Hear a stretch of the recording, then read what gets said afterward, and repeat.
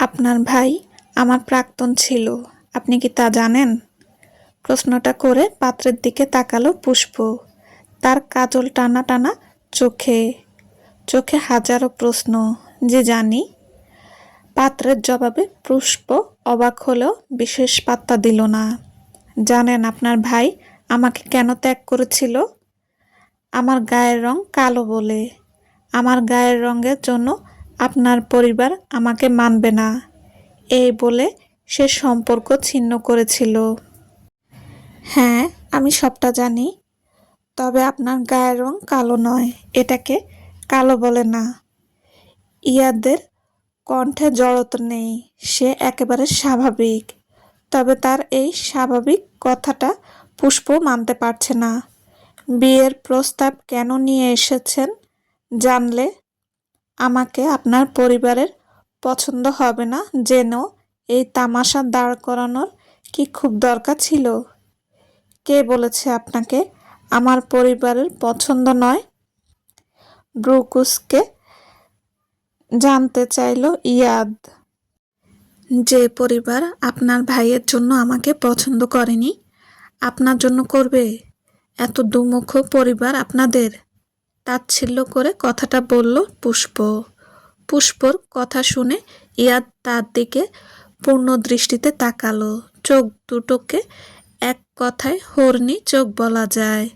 চিকন পাতলা গোলাপি ঠোঁটের নিচে থাকা তিলটা সহজেই ধরা দেয়। নাকটা পাহাড়ের মতো খাড়া। এই মুহূর্তে নাকের পাটা ফুলে আছে, মানে রমণী রেগে আছে। গায়ের রং চাপা। কোনো সাহিত্যিক এই রূপ দেখলে পুষ্পকে কৃষ্ণকলি উপাধি দিতে কৃপণতা করবে না বলে মনে হলো ইয়াদের। সে নিচের ঠোঁট কামড়ে হাসল। ইয়াদের হাসিতে গা পিত্তি জ্বলে উঠল পুষ্পর। রাগে তার কান্না পেয়ে যাচ্ছে। দেখুন মিস পুষ্প, আপনাকে আমার সহ আমার পুরো পরিবারের ভীষণ পছন্দ হয়েছে, তাই উল্টাপাল্টা বকার কোনো দরকার নেই। উল্টাপাল্টা? সে উল্টাপাল্টা বকছে মানে? সিরিয়াসলি? দেখুন, দেখান। পুষ্পর দিকে 2 কদম এগিয়ে গেল ইয়াদ। ইয়াদকে এগিয়ে আসতে দেখে লাফ দিয়ে কয়েক কদম পিছিয়ে গেল পুষ্প। তা দেখে ইয়াদ বাঁকা হাসল। পুষ্প কিছু বলতে যাবে তার আগে ইয়াদ তাকে থামিয়ে দিয়ে বলল, দেখুন মিস পুষ্প, ইফাত আপনাকে ভালোবাসতো না। আপনি ওর জাস্ট একটা মোহ ছিলেন। মোহ কেটে গেছে, সেও আপনাকে ছেড়ে চলে গেল আর ব্লেম করেছে আমার পরিবারকে। আমার পরিবার এত নিচু মানসিকতার নয় মিস পুষ্প যে গায়ের রং দিয়ে মানুষ বিচার করবে। ইয়াদের পুরো কথা পুষ্পের কানে গেল না। পুষ্প এটা মানতে পারছে না, সে ইফাদের মোহ ছিল শুধু। আচ্ছা, একটা মোহ কাটতে বুঝি 3 বছর লাগে?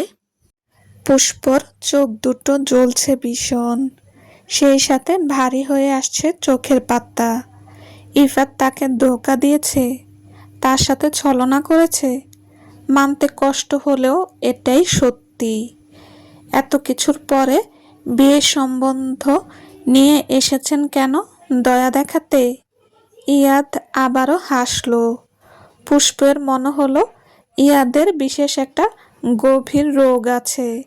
কথায় কথায় হাসা হলো ইয়াদের সেই বিশেষ রোগ। আমার এত দয়ার শরীর না যে আমি আপনাকে দয়া দেখাতে আসব। তো কি নিজের ভাইয়ের দেওয়া ধোঁকার প্রতিকার করতে এসেছেন? ইয়াদ জবাব না দিয়ে নিশ্চুপ রইল। দৃষ্টি তার বিশাল অম্বরে। সে তো ওই কাজল কালো চোখের অধিকারী রমণীকে ভালোবাসে। ভালোবাসে কিসের দয়া? ভালোবাসে কি দয়া শব্দটা বড্ড বেমানান নয়? ইয়াদের আচমকা যেন নিজের পুষ্পকলির উপর বেজায় অভিমান হলো। অভিমানে গাল ফুলাতে ইচ্ছে করলো তার। কি হলো, কথা বলছেন না কেন? আমি আপনাকে ভালোবাসি পুষ্পকলি।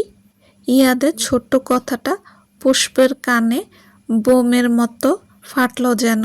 সে বিস্ফোরিত নয়নে ইয়াদের পানে তাকালো। ইয়াদের দৃষ্টি তখনও অম্বরে। পুষ্প অবাক চোখে তাকিয়ে আছে ইয়াদের মুখশ্রীতে। ইয়াদ এবার পুষ্পর দিকে পূর্ণ দৃষ্টিতে তাকালো। অতঃপর ধীর কণ্ঠে বলল, আমাকে বিয়ে করবেন পুষ্পকলি? হবেন কি আমার ব্যক্তিগত কৃষ্ণকলি? ইয়াদের কথার পিঠে পুষ্প বলার মতো কিছু পেল না। তার শব্দ ভাণ্ডার খালি।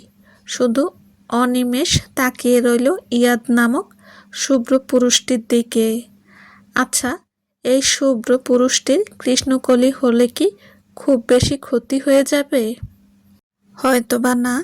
পুষ্প নীরবে দৃষ্টি সরিয়ে নিল। শুভ্র পুরুষটির দিকে তাকিয়ে থাকতে তার লজ্জা লাগছে। এই লজ্জার কারণ সে জানে না। থাক না কিছু কথা অজানা। সব জানতে হবে এমন দিব্যি তো কেউ দেয়নি তাকে। সমাপ্ত। আসসালামু আলাইকুম। আমি রেশমি বলছি। আপনাদের সাথে এতক্ষণ ছিলাম। আপনাদের যদি গল্পটা ভালো লেগে থাকে প্লিজ লাইক কমেন্ট করে জানাবেন। আর কেমন গল্প চান তাও বলবেন। আমি চেষ্টা করব আপনাদের মন মতো গল্প দিতে। আল্লাহ হাফেজ।